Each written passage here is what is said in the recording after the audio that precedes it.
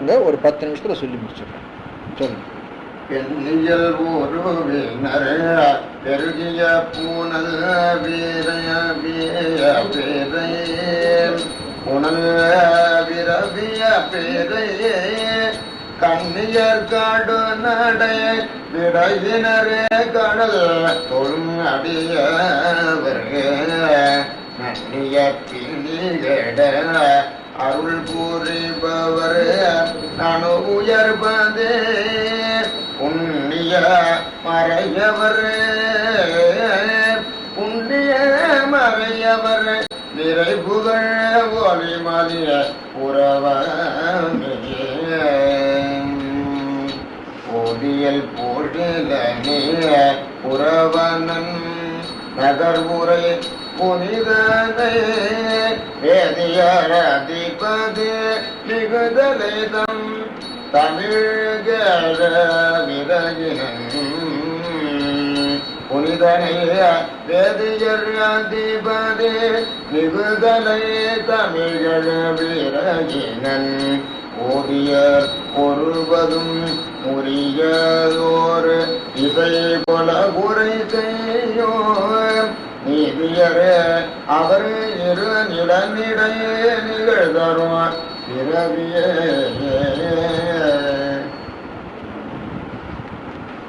இது முழுக்க தலத்தை புகழ்ந்து பாடுகிறதுங்க. இறைவனுடைய புகழை சொல்லி இவன் எழுந்தருளி இருக்கிறது புறவம் என்று சொல்லுகிறது. பெண்ணியல் உருவினர் பெருகிய புனல் விரவிய பிறை கண்ணியர், கண்ணி தலைமாலை மாதர் பிறை கண்ணியான் கடுநடை விடையினர், ரொம்ப வேகமாக போகக்கூடிய ரிஷபம். கடல் தொழும் அடியவர் நன்னிய பிணிகட அருள்பவர். கடல் தொழும் அடியவர்க்கு நன்னிய பிணி, அந்த பிணியை கெடும்படியாக அருள் செய்பவர். நணுகு உயர்பதி புண்ணிய மறையவர் நிறை புகழ் ஒலி மலி புறவம். புண்ணிய மறையவர் புகழ் ஒலி நிறைகின்ற புறவம் என்று அர்த்தம் பண்ணணும். புண்ணிய மறையவர் இறைவனை புகழ்கிறார்கள். இறைவனை புகழ்கின்ற ஒலியே அந்த தலத்திலே நிறைந்திருக்கின்றது, மலிந்து நிறைந்திருக்கின்றது. திருப்புறவம் என்ற ஸ்தலத்துக்கு போனால் அங்கே என்ன சப்தம் கேட்கும் அப்படின்ற அந்த சந்தக்கடை இறைச்சல் அது இதெல்லாம் கேட்காது. இறைவனை புகழ்ந்து பாடுகின்ற ஒலியே எப்பொழுதும் கேட்டுக்கொண்டிருக்கும் அப்படின்னு தலத்தினுடைய பெருமையை சொன்னார். கொக்குடை இறகொடு பிறையோடு குளிசடை முடியினர். கொக்கிறகு பிறை இதையெல்லாம் சடையிலே உடையவர். அக்குடை வடமும், அக்கு வடம் சங்குமணி மனவுன்னு சொல்லுவாங்க. அக்குடை வடமும் ஓர் அரவமும் மலர் அரைமிசையினில் திக்குடை மருவிய உருவினர். திசைகளையே உடையாக உடையவர் அப்படின்னு சொல்லுவாங்க. திகழ் மலைமகளோடும் புக்கு உடன் உறைவது புது மலர் விரைகமள் புறவம். அடுத்து கொங்கியல் சுரிகுழல் வரிவளை இளமுலை உமை ஒரு பங்கியல் திருவுரு உடையவர். உமையமையை ஒரு பாகத்திலே உடைய உருவினர், மாதொரு பாகம். பரசுவோடு இரலைன்னா மானு மெய் தங்கிய கரதலம் உடையவர். கையிலே ஒரு பக்கத்துல பரசு ஒரு பக்கத்துல இரலைன்னா மான்னு சொல்லிட்டு. விடையவர் உரைபதி பொங்கிய பொறுகடல் கொல அதன் மிசை உயர் புறவம். இது அந்த தலத்தினுடைய வரலாறு சொல்லியிருக்கார். கடலிலே மிதந்தது. மாதவம் உடை மறையவன் உயிர் கொல வரும் மரளியை, இது மார்க்கண்டேயருடைய வரலாறு சொல்லுகிறது. மேதகு திருவடி இறை உற உயிரது விலகினார். திருவடியை சிறிதே பொருத்தினதினாலே உயிர் நீங்கிதவனுக்கு காலனுக்கு. சாதக உருவியல் காணிடை உமை வெறுவுற வரு போதகம். சாதக உருவியல் போதகம், அதை போதகத்துக்கு கூட்டிக் கொள்ளும். பருத்த உருவம் உடையது, அதில் சாதக உருவம் சொன்னார். உமை வெறு உறவரு போதக உரியதல் மருவினர் உரைபதி புறவமே. காமனை அழல் கொலை விழி செய்து, காமனை பார்த்தா அழல் கொண்டது. கருதலர் கடிமதில் தூமமது உற விரல் சுடர் கொழுவிய, தீப்பற்றச் செய்த சுடர் கொழுவிய, கொளுத்தியங்கிறது கொழுவிய. இறை தொகுபதி ஓமமுடு உயர்மறை பிற இய வகை, பிறவிய வகை, பிற இய வகை.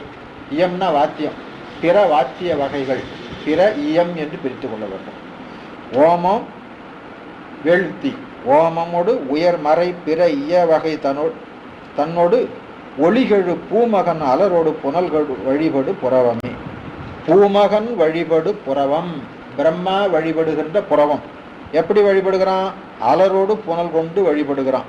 அது மட்டுமல்ல, ஓமம் செய்து வழிபடுகிறான், மறையொலியால் வழிபடுகிறான், வாத்திய ஒளியால் வழிபடுகிறான், ஒளிகளினாலே தூப தீபங்களினாலே வழிபடுகிறான். இந்த 2 வரியும் வழிபாட்டை சொல்லுகிறதுங்க. கிரியாபூர்வமான வழிபாட்டை சொல்லுகிறது. கிரியையில் என்ன வேணும்? பூஜையில் இப்போ சிவபூஜை பண்ணுறோமில்ல, அது கிரியா பூஜை தானே. அங்கே என்ன வேணும்? ஓமம் வேணும், மறை ஒலி வேணும், வாத்திய ஒலி வேணும், ஒளிகள், ஒளிகள் என்பது ஆலத்திகள்னு சொல்கிறோம் இல்லையா, அவைகள் வேணும், அப்புறம் அலர் வேணும், புனல் வேணும். இவ்வளவு வழிபாட்டுக்குரிய திரவியங்கள், பூஜா திரவியங்கள் சொல்கிறது. பூஜைக்கு உட்காரதுக்கு முன்னே இதெல்லாம் சரியாக இருக்குதான்னு பார்த்துட்டு உட்காரணும். அப்படி பிரம்மா வழிபட்டான் என்று சொல்லுகிறார். அது சொல்கிறது கருத்து என்னன்னா, சிவ வழிபாட்டுக்கு இதெல்லாம் ரொம்ப முக்கியம், அவைகள்லாம் வைத்து வழிபாடு செய்ய வேண்டும் என்று சொல்கிறோம். ஒன்றுமே இல்லாட்டா சிவசிவன் வழிபட வேண்டியதுதான்.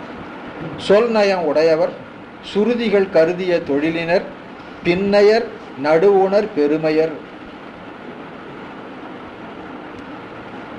இந்த பாட்டில் ஒரு அருமையான தொடர் இருக்குது, பாருங்க.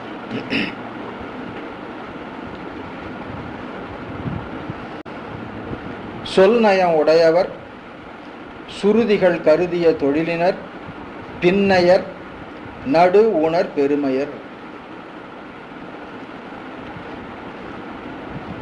நடு உணர் பெருமையர் என்பதுக்கு நடுவாக உணர்கின்ற பெருமை.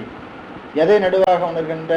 வினைகளை நடுநின்று உணர்கின்ற, சமமாக உணர்கின்ற என்று உரை பண்ணியிருக்கிறாங்க.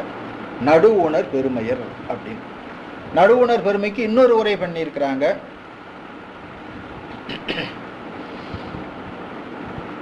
நடுவிலே வைத்து உணரக்கூடிய எழுத்தாகிய அடையாளத்தை உடைய பெருமையர். இதுல தூல பஞ்சாயத்தத்தில் நம சிவய, நம இந்த பக்கம் இருக்குது, யாவ இந்த பக்கம் இருக்குது, சி மத்தியில் இருக்குது. அதனால நடு உணர் பெருமை என்பது தூல பஞ்சாட்சரத்தில் நடுவாக வைத்து உணரத்தக்க அடையாள எழுத்தை உடைய பெருமையுடையவர் என்று ஒரு அர்த்தம் அப்படி சொல்றாங்க.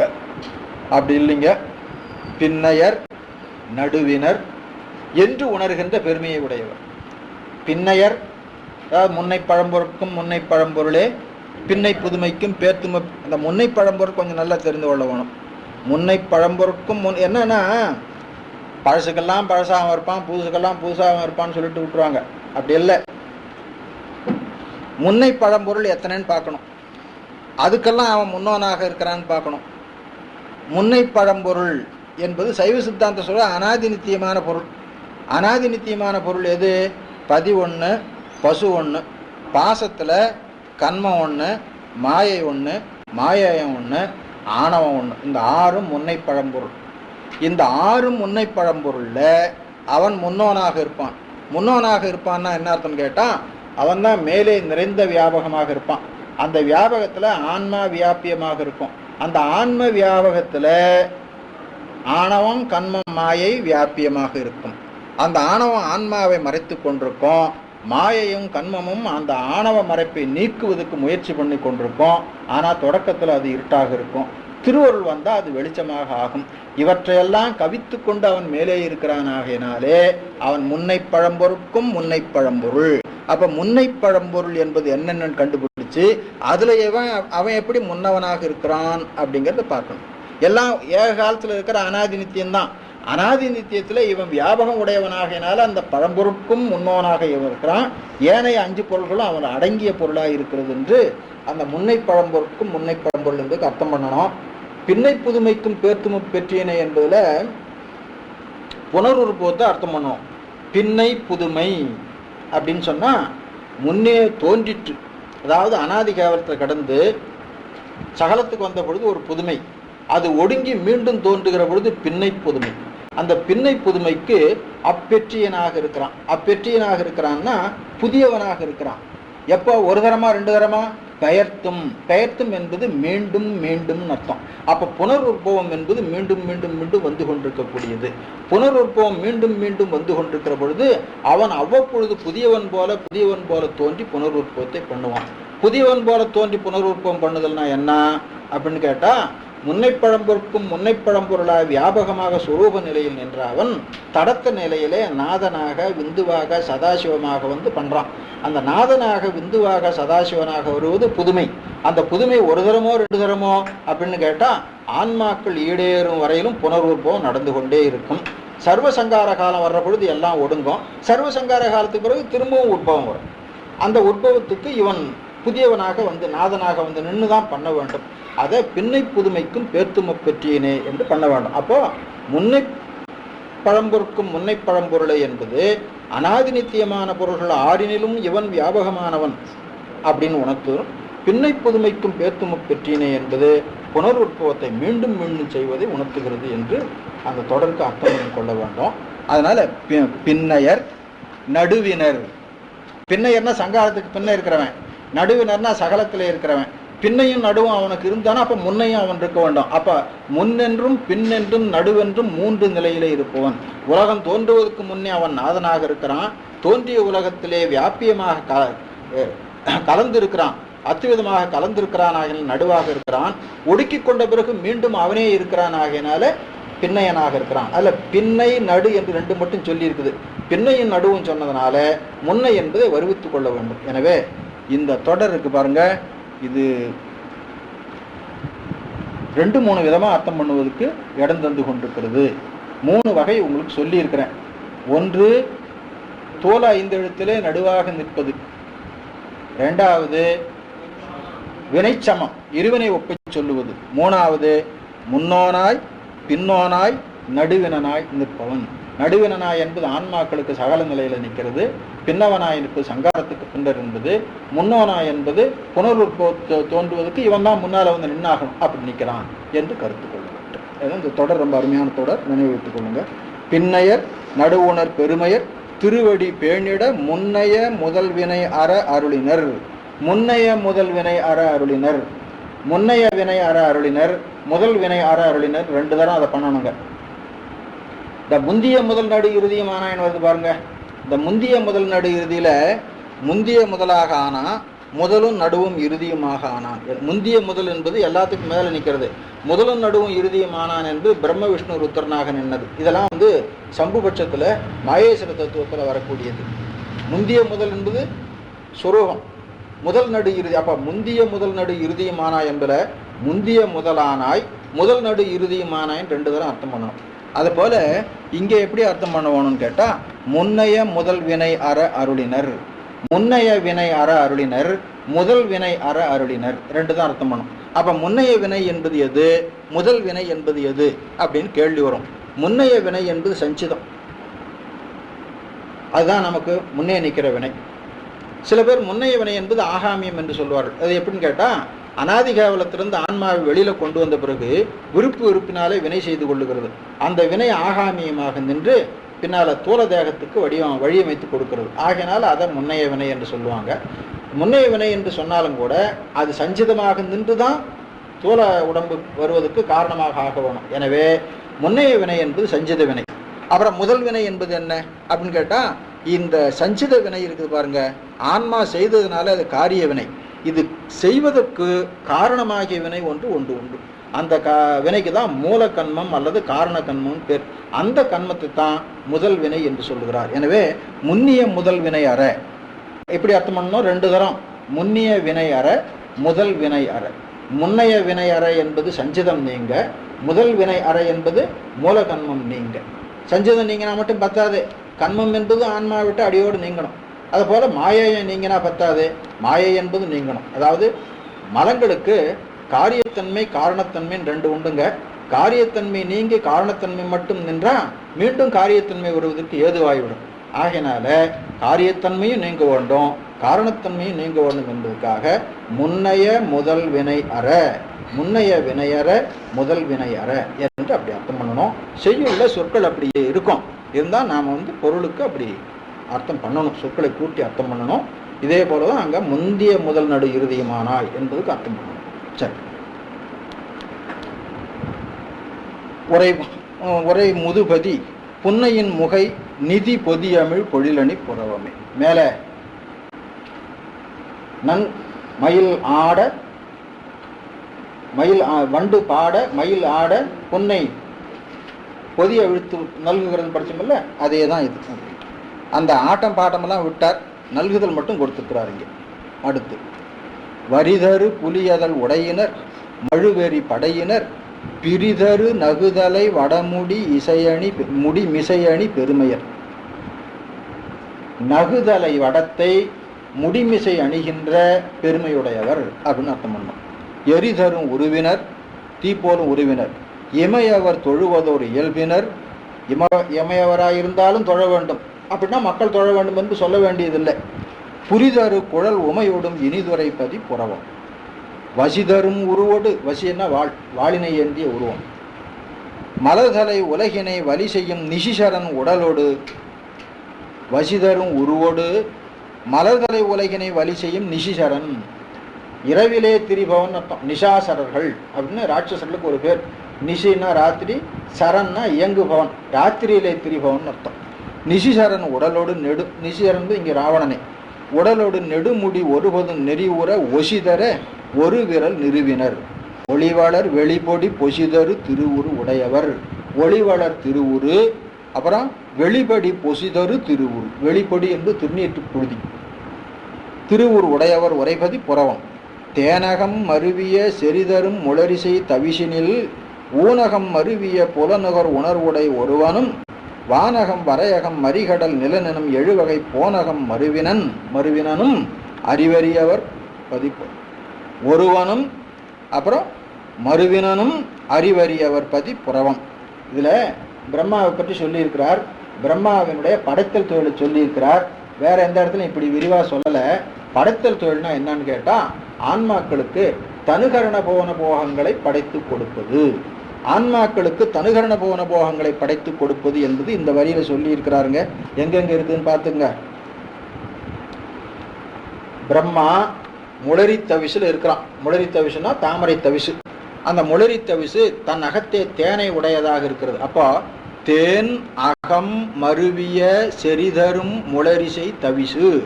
தேன் அகம் மருவிய முளரி, செறிதரும் முளரி, அந்த முளரி ஆகிய தவிசிலே இருக்கிறான்.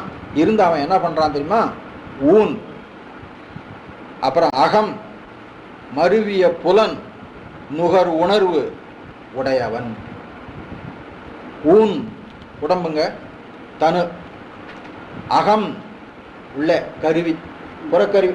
ஊன் சொன்னதுனால புறக்கருவியும் சேர்த்து சொல்லப்பட்டது. அகக்கருவி சொல்லியிருக்கிறார். அந்த காரணம். மருவிய புலன், புலன்னா இடம், பூமி. மருவிய புலன் விடயங்கள் தங்கி இருக்கின்ற புவனம். அப்புறம் நுகர் உணர்வு, அந்த விடயங்களை நுகர்கின்ற நுகர்ச்சி, அது போகம். அப்போ ஊனகம் அருவிய புலனுகர் உணர்வு அப்படிங்கிற இடத்துல தனு, கரணம், போனம், போகம். அப்ப பிரம்மா சிருஷ்டிக்கிறான் அப்படின்னு சொன்னா ஆன்மாக்களுடைய கண்மத்துக்கேற்ப அவற்றிற்கு தனுகரண போகன போகங்களை சிருஷ்டிக்கிறான் அப்படிங்கிறது இந்த தொடர்ல சொல்லப்பட்டிருக்குதுங்க. நல்லா நினைவு வைத்துக் கொள்ளணும். இதை மாதிரி வேற இடத்துல சொல்லலை. சில சில இடங்கள்ல சில விஷயங்களை எடுத்து சொல்லி கொண்டு, இதுதான் இலைமறை காய் அப்படின்னு சொல்றது. இந்த மாதிரி இருக்கிற எடுத்து வச்சுதான் தத்துவம் பண்றது. ஊனகம் அருவிய புலநுகர் உணர்வுடை ஒருவனும், அப்புறம் இவர் தான் திருமால், எல்லாத்தையும் சாப்பிடக்கூடியவர். வானகம் வரையகம் மரிகடல் நிலனெனும் எழுவகை போனகம் மருவினன். அவன் அறிவறிய தன்மையை உடையவன். அவன் தங்கி இருக்கிற பதி புறவம். அடுத்து கோசரம் நுகர்பவர். இது ஒரு விசித்திரமான இடம். சமணர்களை சொல்லுகிறாருங்க. கொழுவிய துவரன துகிலினர். கொழுகிய ஒரு பாடம், கொழுவிய ஒரு பாடம். கொழுவிய என்ற பாடம் சரியா இருக்கும்னு நான் நினைக்கிறேன். ஆனா எல்லாரும் கொழுகியன்னு தான் போட்டுக்கிறாங்க. கொழுவியன்னா நல்ல திட்பமுடையன்னு அர்த்தம். இந்த துவரங்கிறது நல்லா கப்புன்னு பிடிச்சிருக்குன்னு சொல்றேன் பாருங்க. அந்த மாதிரி காவி ஊட்டினா நல்லா பிடிச்சிருக்கணும், செறிவா பிடிச்சிருக்கணும். அதுதான் கொழுவிய துவர். கொழுகுதல் அப்படிங்கிறது அதுக்கு பொருளா இருக்கலாம். கொழுகிய துவரன துகிலினர். இப்ப இது துகிலன்னு சொல்லியிருக்காங்க புத்தர்களையாச்சு. கோசரம் நுகர்பவர் என்பது சமணர்களை சொல்லணும். கோசரம் என்பதுக்கு என்ன அர்த்தம்? கோ என்பது தண்ணீர், சரம் என்பது அதிலே சரிப்பது. கோசரம்னா நீரிலே சஞ்சரிப்பன. நீரிலே சஞ்சரிப்பவனாகிய மீன்களை உண்ணுபவர்கள் அப்படின்னு அர்த்தமாகுது. ஆனா வரலாற்றுல அப்படி கிடையாதுங்க. புத்தர்களுக்கு வேணா சொல்லலாம். புத்தர்கள் மாமிசம் சாப்பிட்றவங்க. அவங்க மீனும் சாப்பிடுவாங்க, கறியும் சாப்பிடுவாங்க. இவன் எந்த வகையிலும் சாப்பிட மாட்டான் சமணன். அதனால அவரை சொல்றதுக்கு வழி இல்லை. ஆனா எல்லாரும் இப்படிதான் அர்த்தம் எழுதுறாங்க. கோசரம் என்பதற்கு நீரில் சஞ்சரிப்பவை, அதை உணவாக உடையவர்கள், நுகர்பவர்கள் அப்படின்னு சொல்லி அந்த இடத்துக்கு அர்த்தம் இல்லை. அதுக்கு இன்னொரு பொருள் சொல்றாங்க. கோசாரம் அப்படின்னு ஒரு சொல்றது உண்டு இல்லையா? கோள் சாரம் என்பதை கோசாரம் சொல்றது. கோள் சாரம்னா கோளினது இயக்கம். சமணர்கள் இருக்காங்கல்ல, எல்லா விதமான சாஸ்திரங்களையும் வல்லவர்கள். மருத்துவம், வானவியல் போன்றவற்றில் வல்லவர்கள். ஆகையினாலே அவர்கள் கோள் சாரத்தை அனுபவிப்பவர்கள். அப்படின்னா அர்த்தம், விண்ணிலே நட்சத்திரங்கள் கிரகங்கள் இயங்குகின்ற இயக்கத்தை அறிந்து அதற்கேற்ப தங்களது நுகர்ச்சியை அமைத்துக் கொள்பவர்கள் அப்படின்னு சொல்லி கோசரம் நுகர்பவர்கள் என்று அர்த்தம் பண்ணலாம் என்று ஒரு கருத்து இருக்குது. கோபாலையர் அப்படி எழுதியிருக்கிறார். மற்றவங்கெல்லாம் நம் சாமியெல்லாம் தருமபுராதீனத்து உரையிலெல்லாம் கோசரம் என்பது இப்படித்தான் எழுதியிருக்காங்க, மீன் நுகர்பவர்கள். அப்படின்னா வரலாற்றில் எந்த இடத்துலையும் சமணன் எந்த வகையிலும் புலால் உண்டவனாக தெரியலிங்க. புத்தன் புலால் உண்டவனாக இருக்கிறான் பாருங்க. கோசரம் நுகர்பவர் கொழுகிய துவரண துகிலினர் பாசுர வினைதரு பலகர்கள். பலகர்னா குற்றமுடையவர்கள் அர்த்தம். பாசுர வினைதரு பலகர், பாசுரங்களை செய்கின்ற தொழிலை உடையவர்கள். பாசுரங்களை செய்கின்ற தொழில் குற்றமோ அப்படின்னு கேட்டா, சமணன் செய்த பாசுரம் எல்லாம் குற்றமாக தான் ஆச்சு. பாசுரம் என்று சொன்னா, இப்ப திருஞான சம்பந்தரும் ஒரு பாசுரம் என்று சொல்றோம். அவங்க எல்லாம் எல்லாத்தையுமே பாசுரம் சொல்றாங்க வைணவர்கள். அவைகளெல்லாம் தத்துவ ஞானத்தை நல்குவனாக இருக்கின்றன. இவர்கள் செய்கின்ற பாசுரம்லாம் எப்படி இருக்குன்னு கேட்டா, உலகியல் நூலா இருக்குது. இப்ப சிந்தாமணி செய்தான், அது என்னத்துக்காச்சு? சிலப்பதிகாரம் செய்தான், அது என்னத்துக்காச்சு?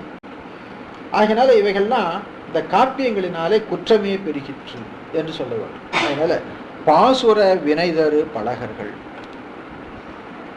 பயனில்லாத, அதாவது ஒரு மொழியை அறிந்தா அந்த மொழியின் பயனை அறிய வேணும். இவனுக்கு தமிழும் தெரியும் சமஸ்கிருதமும் தெரியும், ஆனா தமிழின் பயனும் தெரியாது சமஸ்கிருதத்தின் பயனும் தெரியாது. அப்படிதான் சம்பந்தமூர்த்தி சுவாமிகள் சமணர்களை சொல்லிருக்கார். ஆரியத்தோடு செந்தமிழின் பயன் அறிகிலா அப்படின்னு சொல்லி சமணர்களை சொல்லி இருக்கிறார். ஆகையினால பாசுர வினைதரு பலகர்கள் நல்ல நூல்களை பாடினாங்க. எலிவிருத்தம் நரிவிருத்தம் பாடினாங்க. எல்லாம் நிலையாமையை சொல்றதாக சொன்னானுங்க. அவைகளினால பரம்பொருள் ஒன்று உண்டு என்பதை நிர்ணயிக்க முடியவில்லை. ஆகியனாலே அது குற்றமுடைய நூல்களாக ஆயிற்று. அந்த கருத்துல பாசுர, மற்றபடி காப்பியை சுவையில குற்றமுடையன்னு சொல்ல, சிலப்பதிகாரத்தை குற்றமுடையன்னு சொல்ல முடியாது, சிந்தாமணியை குற்றமுடையன்னு சொல்ல முடியாது. நம்ம நோக்குல ஒரு நூல் என்று சொன்னா அது பதிப்பொருளை அடைவிப்பதாக இருக்க வேணும். பதிப்பொருள் ஒன்று உண்டு என்ற உணர்வே இல்லாம நூல் செய்தா அது எப்படி பதிப்பொருளை அடைவிக்கும்? ஆகினால் அது பயனற்றதாக ஆகும் என்ற கருத்துல பாசுர வினைதரு பலகர்கள், அவர்களுடைய சொல் இருக்குதே நமக்கு அது பழியைத்தான் கொடுக்குமே தவிர புகழை கொடுக்காது. பழிதரு மொழியினர் நீசர், அவர்களை விடுமின், விடும் இனி, விடுமினி அப்படின்னு இல்லையா, விடும் இனி, இனினா இப்பொழுதுன்னு அர்த்தம். இப்பொழுது அவர்களை விட்டு விடுங்கள். இவ்வளவு நாளும் அவங்களை பற்றி கொண்டிருந்தீர்கள். அவங்க செய்த சிந்தாமணி நல்லா இருந்தது, சிந்தாமணி நல்லா இருந்தது. அந்த உதாரணத்துக்கு சொல்றேன். சிந்தாமணி சம்பந்தர் காலத்துக்கு பிற்பட்டது. சம்பந்தர் 7ஆம் நூற்றாண்டு, சிந்தாமணி 10ஆம் நூற்றாண்டு. அவர்களுடைய இலக்கியங்கள் ரொம்ப புகழுடையது அப்படிங்கிறதுக்காக எல்லாம் பற்றி கொண்டிருந்தீர்கள். அதெல்லாம் வெறும் உலகியல், அது பயன் தராதது, அதை விடுங்கள். இனி விடுங்கள், இனி இப்பொழுது விடுங்கள். இப்பொழுது விடுங்கள் என்பதற்கு கருத்து என்ன அப்படின்னு கேட்டா, நான் இறைவனால் அளிக்கப்பெற்ற ஞானத்தை உண்டு இறைவன் ஒருவன் உடன் என்று நிச்சயித்து அவனை வழிபடுகின்ற முறை இது என்று காட்டி, வழிபடுவதால் வருகின்ற பயன் இது என்று காட்டி பதிகம் சொல்லுகிறேன். ஆகையினால இந்த பதிகத்தை நீங்கள் ஏற்றுக்கொள்ளுங்கள். இதுவரையிலும் சமண பௌத்த நூல்களை பின்பற்றி இருந்ததை விடுங்கள் அப்படிங்கிற கருத்துல இனி விடும் என்று சொல்றார் அப்படின்னு ஞாபகத்துக் கொள்ளுவோம். விடும் இனி நினைவுறும் நிமலர்தம் உரைபதி பூசுரர் மறைபயில் நிறைவுகள் ஒலிமலி புறவாமி. நினைவுறும் நிமலர், தியானிப்பதற்கு பொருந்திய நிமலர், நினைவு ஊறும் நிமலர். அடுத்து போதியல் பொழிலணி புறவனன் நகர்வுரை புனிதனை வேதியர் அதிபதி மிகுதலை தமிழ்கெழு விரகினன். தமிழ்கெழு விரகினன், தமிழ் விரகினன், கெழு விரகினன். தமிழிலே ஆசை உடையவன், மிக்க ஆசை உடையவன். அதனால மழை பொழிவது போல தமிழ் பதிகங்களை பொழிந்தார். அத மிகு தலை, தலை என்பது மழை பெய்தலை உணர்த்துகின்ற ஒரு சொல். ஆகினால மழை பெய்தல் போல, மிக்க பெயல் போல தமிழினை விரும்பி பொழிகின்ற, அவங்கெல்லாம் பாசுர வினைதரு பலகர்னு சொல்லி காட்டினார். நான் பாடுகின்ற பதிகம் அப்படிப்பட்டதில்லை என்பதுக்காக இப்படி சொல்லி இருக்கிறார் அந்த இடத்துல. மிகுதலை தமிழ்கெழு விரகினன் ஓதிய ஒருபதும் உரியதொரு இசைகோட உரை செய்யும் நீதியர் அவர். உரியதொரு இசை எல்லாம் பண்ணினை அமைத்து பாடுகிறார் அல்லவா, இசைத்தமிழாக அல்லவா பாடுகிறார். அதனால அந்தந்த பதிகத்துக்குரிய பண்ணினாலே பாட வல்லவர்கள் என்ற கருத்துல உரியதோர் இசைகொல உரை செய்யும் நீதியர் அவர் இருநிலனிடை நிகழ்தரு பிறவி. நீதியர் அவர் பிறவி இருநிலனிடை நிகழ்தரு பிறவி அப்படின்னா என்ன அர்த்தம் அப்படின்னு கேட்டா, இந்த உலகத்திலே பிறந்தவன் எவனோ அவன் திருஞான சம்பந்தருடைய பதிகத்தை அதது கூறிய இசையிலே வைத்து ஓதினானால் அவன் நிகழ்தரு பிறவி உடையவனாக ஆவான். நிகழ்தரு பிறவினா விளக்கம் உடைய பிறவி. நிகழ்தல் என்று விளங்குதல்.